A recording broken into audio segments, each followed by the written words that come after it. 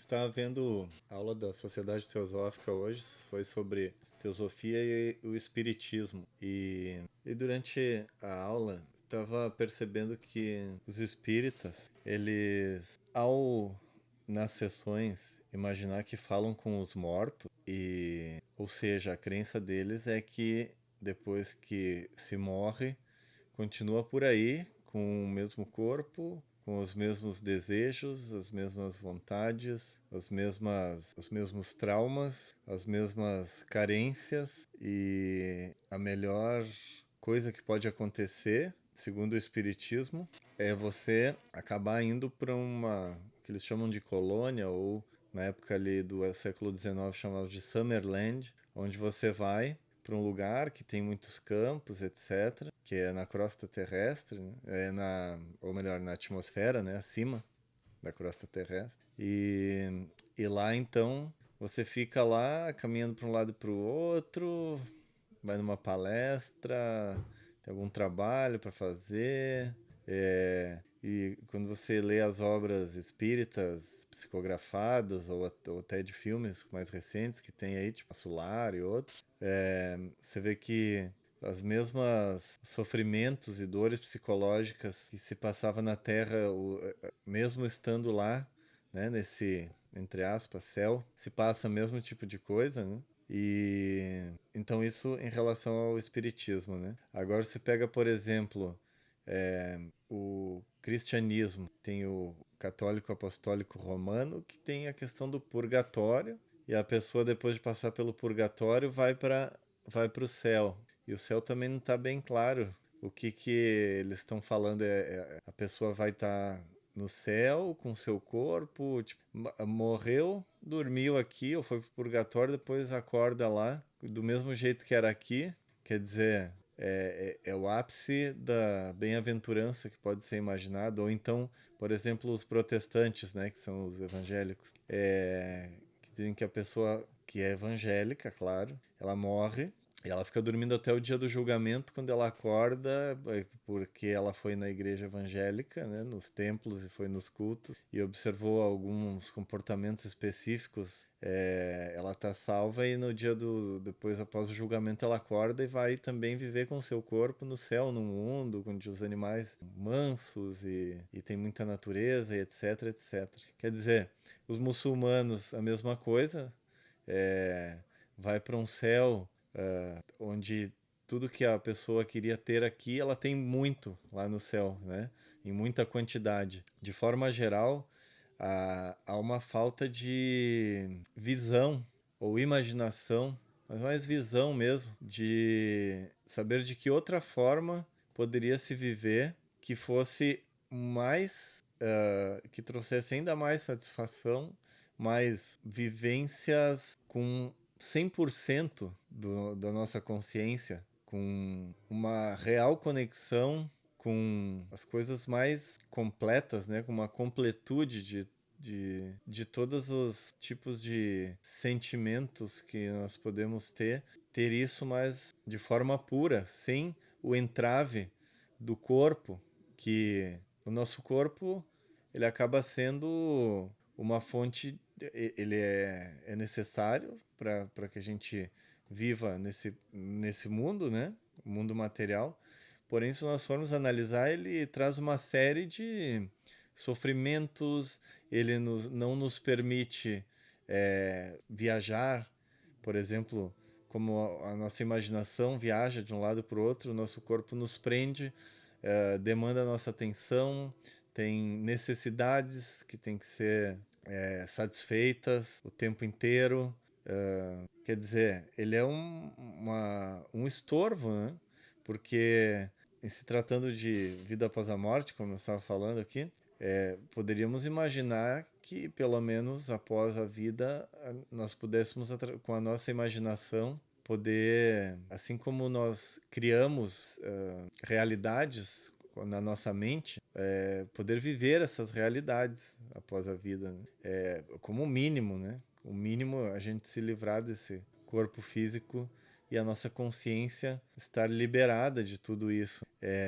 E é por isso que aí nessa palestra, nessa aula que eu estava vendo ali da Sociedade Teosófica, A Isis Rezende, que é uma teósofa que está há 60 anos, ela é membro há 60 anos, até tem cargos de liderança dentro da teosofia, né, por toda a sua experiência e tal. Ela tá o tempo inteiro dando aula, indo para lá e para cá, né, ajudando a esclarecer as pessoas. E ela falou ali, então, fez essa palestra com a história. Ela estuda muito a partir das cartas dos Mahatmas, né? Na época da Sociedade Teosófica, os mestres de sabedoria se correspondiam por cartas com alguns dos membros da Sociedade Teosófica. E ela estuda muito essas cartas. E teve um período, no início da Sociedade Teosófica, em que inicialmente a Blavatsky se envolveu bastante com o movimento espírita, porém depois ela começou a expor, né, dos mestres, a questão de que essas entidades que acabam aparecendo e se manifestando através da mediunidade, né, dos médiums, nas sessões espíritas, muitas, a grande maioria, né, 99%, até diz numa carta ali, não é nada bom, né? Eu não vou entrar nem no âmbito, né? Que tem vários tipos de seres e entidades e elementais, corpo astrais sem alma, que já foram adiante e ficou, né? Esse corpo astral para trás, como um robô autônomo, né? Ou coisas ainda mais piores ainda, né?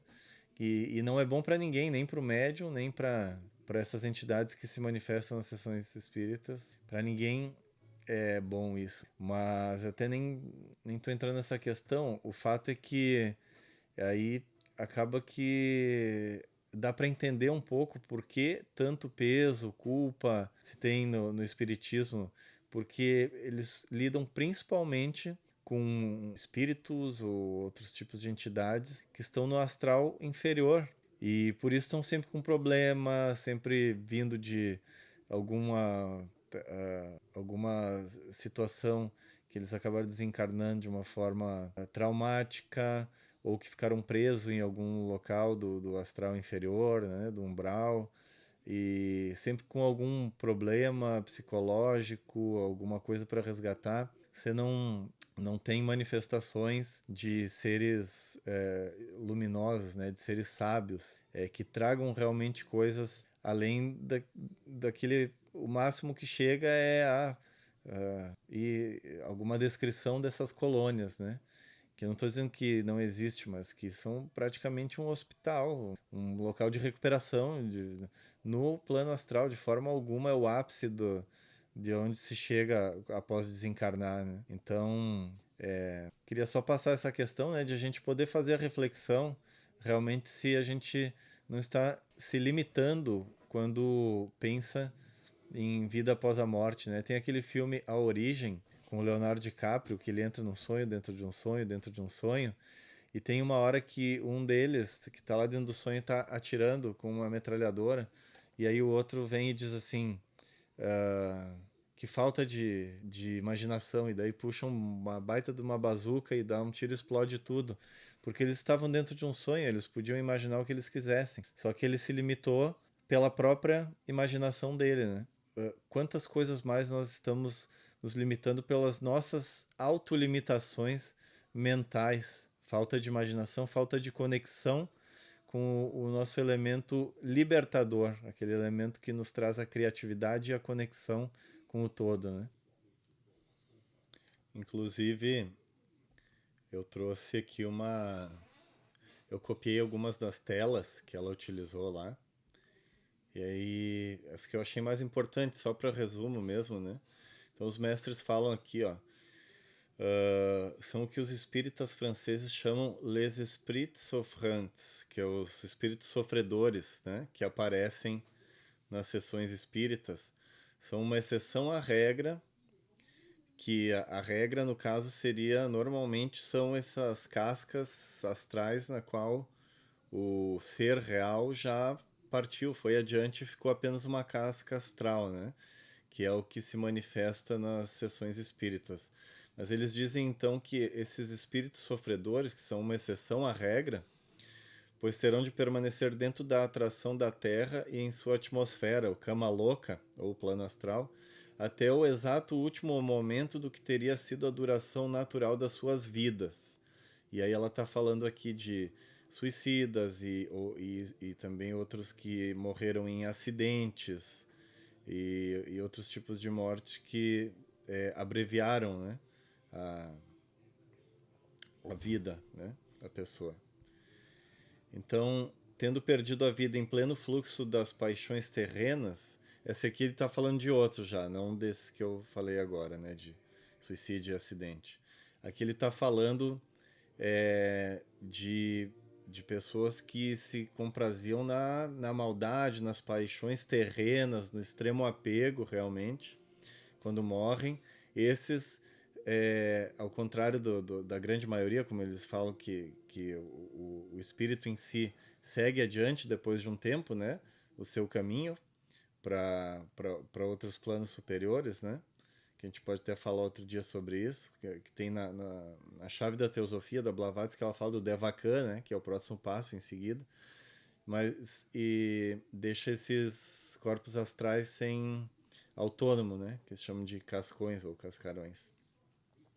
Mas existe então outros que são esses, como eu falei, se comprazem nas paixões terrenas, que são extremamente apegados, etc., que eles não vão, então, que eles realmente ficam presos, né, nesses corpo astral, né, e não conseguem se desvencilhar. Então, tendo perdido a vida em pleno fluxo das paixões terrenas, que os atam a cenas familiares, eles são seduzidos pelas oportunidades que os médiuns oferecem de gratificá-los vicariamente. Eles são os pisachas, incubi e sucubi dos tempos medievais. Os demônios da sede, da gula, da luxúria e avareza, elementários de intensa astúcia, maldade e crueldade, que induzem suas vítimas a fazerem crimes horríveis e festejam a sua concretização.